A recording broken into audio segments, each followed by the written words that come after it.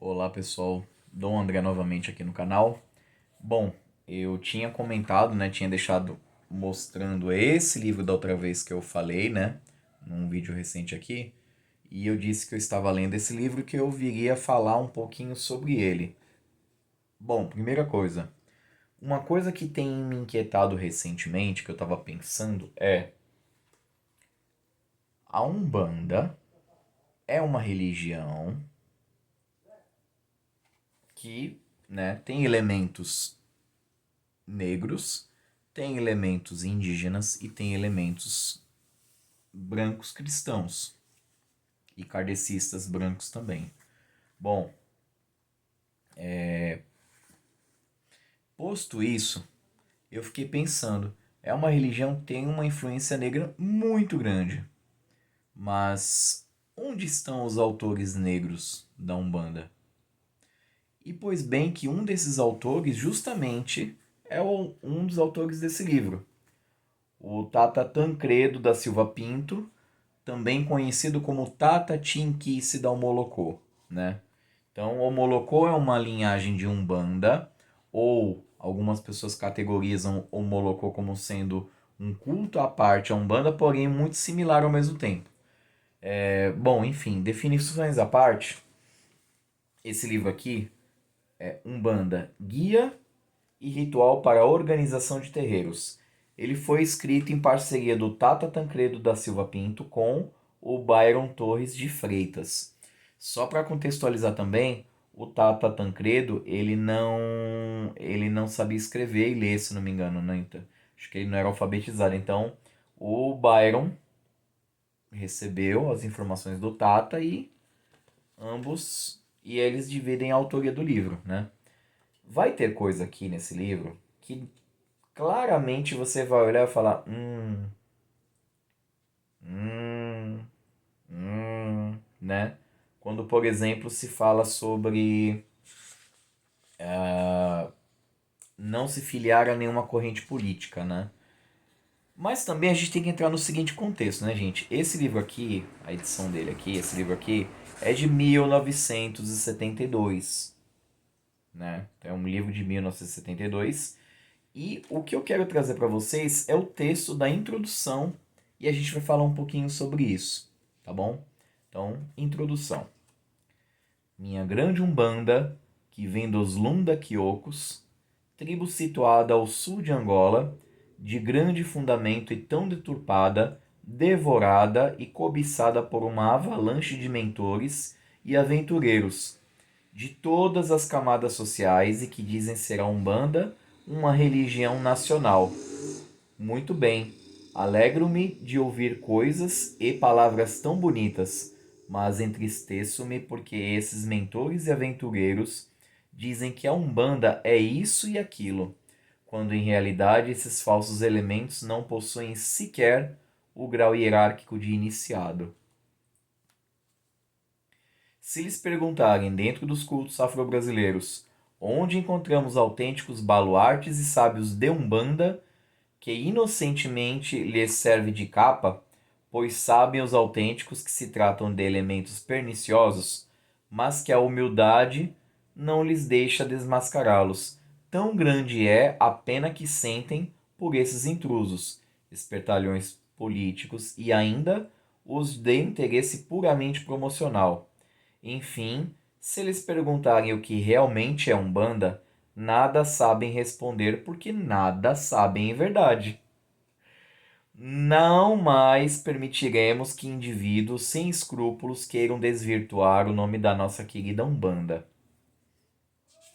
Os focas da imprensa, sem apurar devidamente os fatos, lançam tudo que é falso em cima da Umbanda.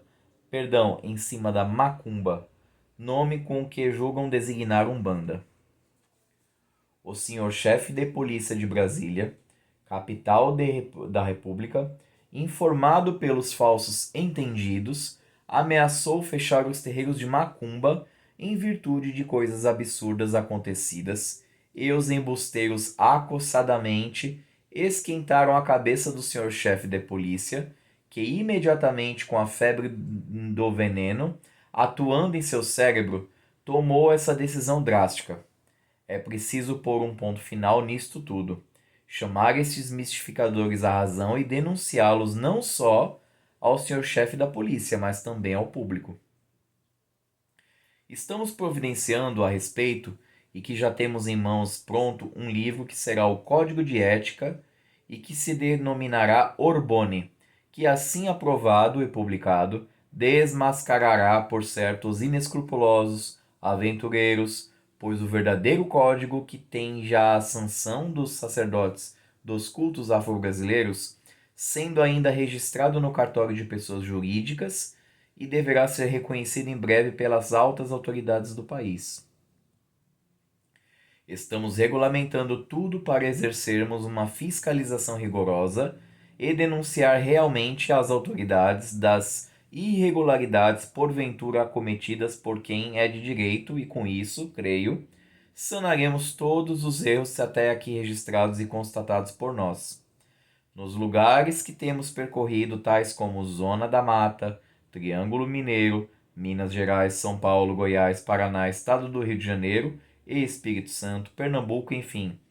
Por esses Brasis afora, conclamamos sempre as autoridades locais para a explanação e verificação in loco do certo, no que temos sido sempre aplaudidos e incentivados pelas próprias autoridades no sentido de continuarmos e prosseguirmos em nossas visitas de esclarecimento. Apoio incondicionalmente a todos que queiram cerrar pileiras conosco no sentido da doutrinação moral e organização, obedecendo os rígidos princípios religiosos de todos, sem ferir naturalmente o Código de Ética, o Código Penal, Constitucional, que dão direito a todos professarem a religião que acharem melhor em todo o território nacional, sendo livre ao homem escolher a religião que abraçará.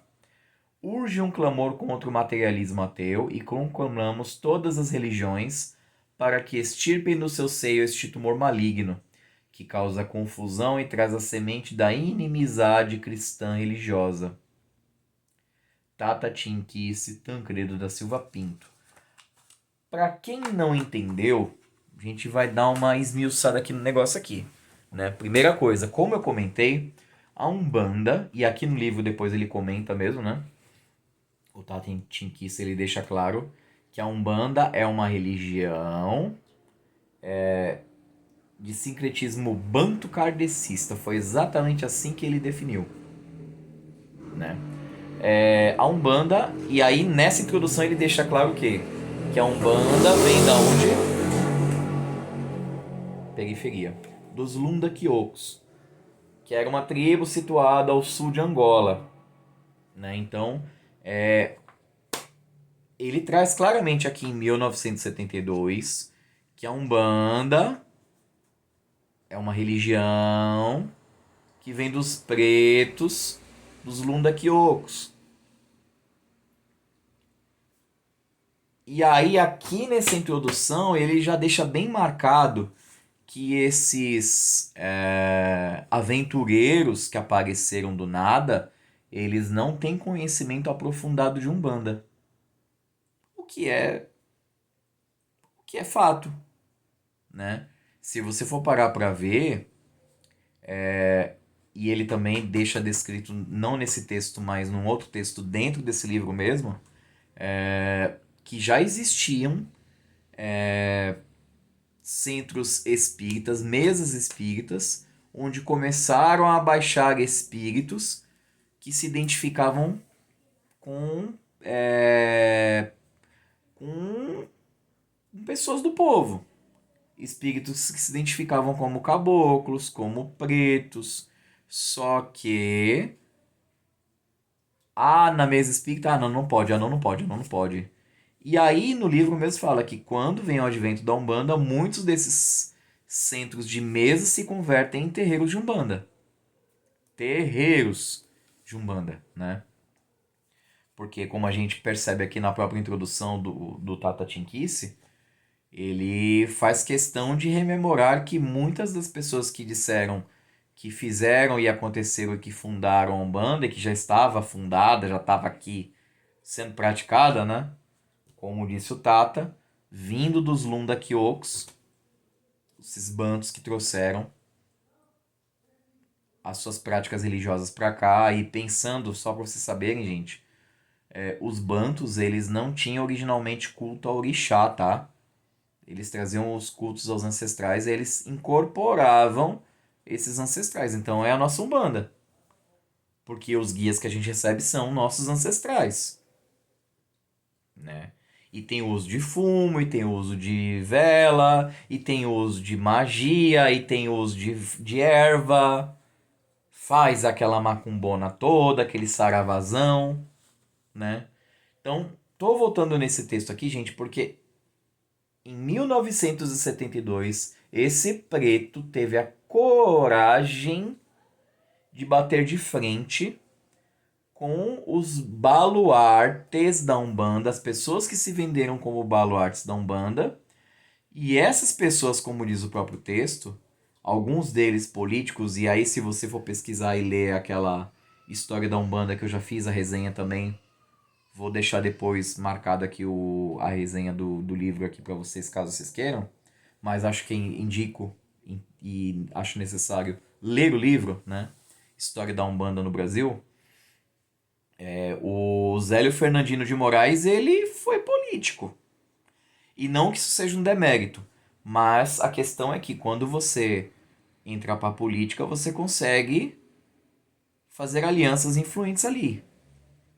Ou pelo menos você tem acesso a pessoas para você começar a costurar alianças.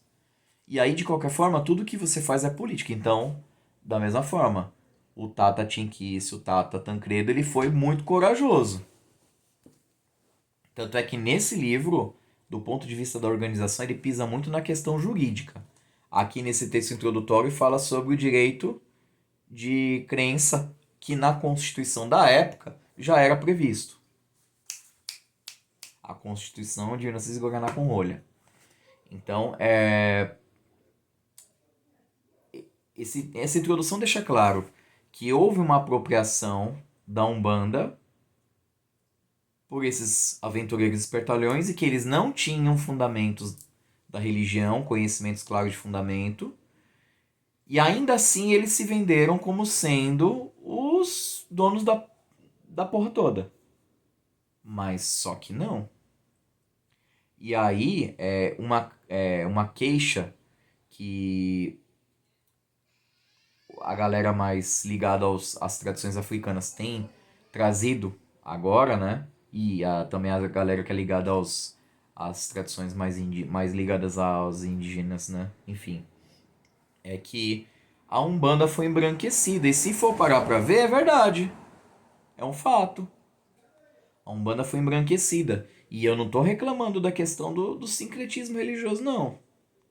Porque o sincretismo já foi uma própria ferramenta que o negro tentou utilizar, inclusive no próprio candomblé, né, para poder passar batido. Mas antes do candomblé já tinha essas práticas.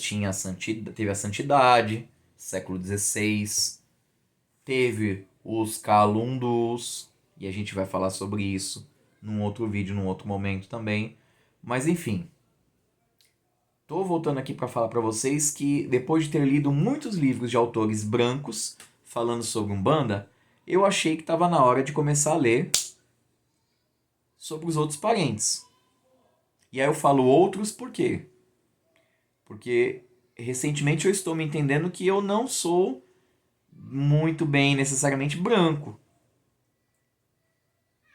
Tem muitos traços aqui que cor de pele branca, mais ou menos, né? Cor de pele branca.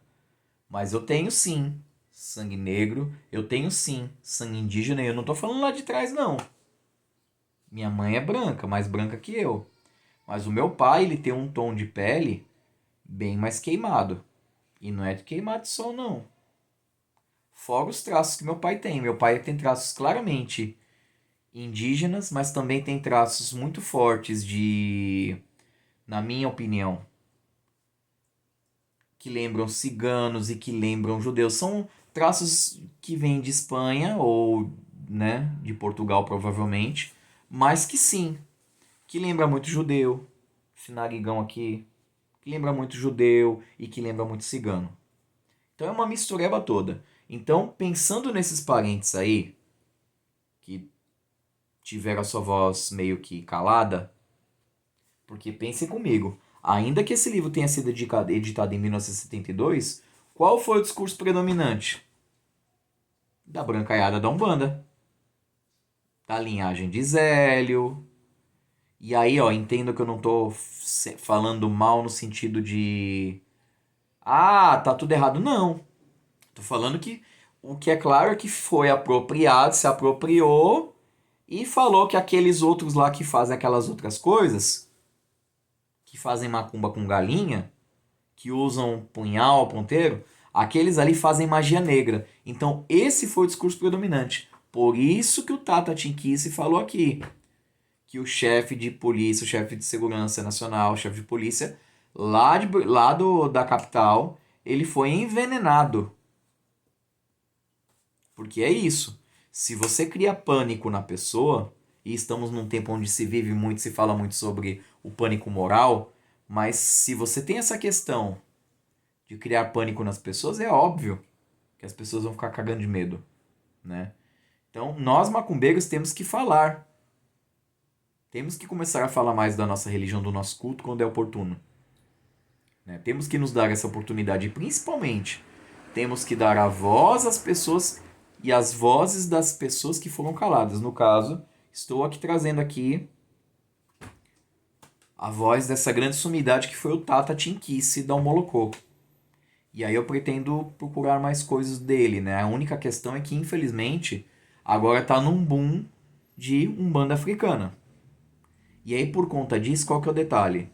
Esses livros antigos que não foram mais editados se tornaram raros. Por quê? Começou a haver a famosa especulação bibliográfica. Você começa a não pagar mais o preço que seria o preço normal daquele livro. Tem livro do Tata Tancredo sendo vendido a 250, 300. Eu não vou gastar do meu rico dinheirinho de 300 e 250 por um livro fininho. Ainda que fosse até mais grosso, mas mesmo assim. Né? Então tem coisas que eu tô percebendo que é um pouco sacanagem, mas dentro da minha possibilidade eu vou sim pesquisar esses autores negros. E aí eu tô mostrando aqui esse outro aqui, porque esse é um livro novo. É um livro recente. É um livro da mãe Flávia Pinto, é Umbanda Preta, Raízes Africanas e Indígenas. Comecei a leitura desse livro aqui, mas quando eu terminar de ler esse, eu vou trazer a resenha desse livro aqui, porque, de novo, aí já é uma diferença.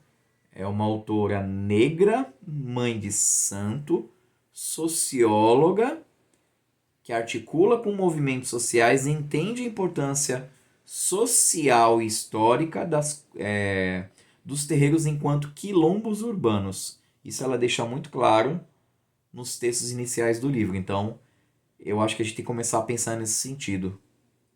Os terreiros de Umbanda são locais onde a gente pratica nossos cultos ancestrais, nossas tradições religiosas. Porém, todavia, entretanto, é importante a gente lembrar que todo terreiro, ele tem sim que abarcar a função de ser um quilombo. E um quilombo faz o quê? Um quilombo alimenta. Um quilombo ajuda. Um quilombo cura. Entre muitas outras coisas. Mas principalmente num quilombo se partilha. Então, nesse momento que a gente vive uma sociedade de um ideário individualista, né, ultraliberal, a gente tem que começar a resgatar nossas origens. As nossas origens são o quê? São comunitárias. Nossas origens são de círculos. Nossas origens são de quilombos. Tá certo, pessoal? Então, fica aqui registrado o vídeo aqui. Em breve eu voltarei com mais dicas de leitura. Saravá vocês, força na quaresma. Pratiquem as suas tradições, estudem, vão no pé do pai ou da mãe de santo de vocês, cultivem as suas raízes, porque as nossas raízes são muito importantes, a gente não pode deixar morrer. Tá certo, pessoal? Saravá a todos e boa noite.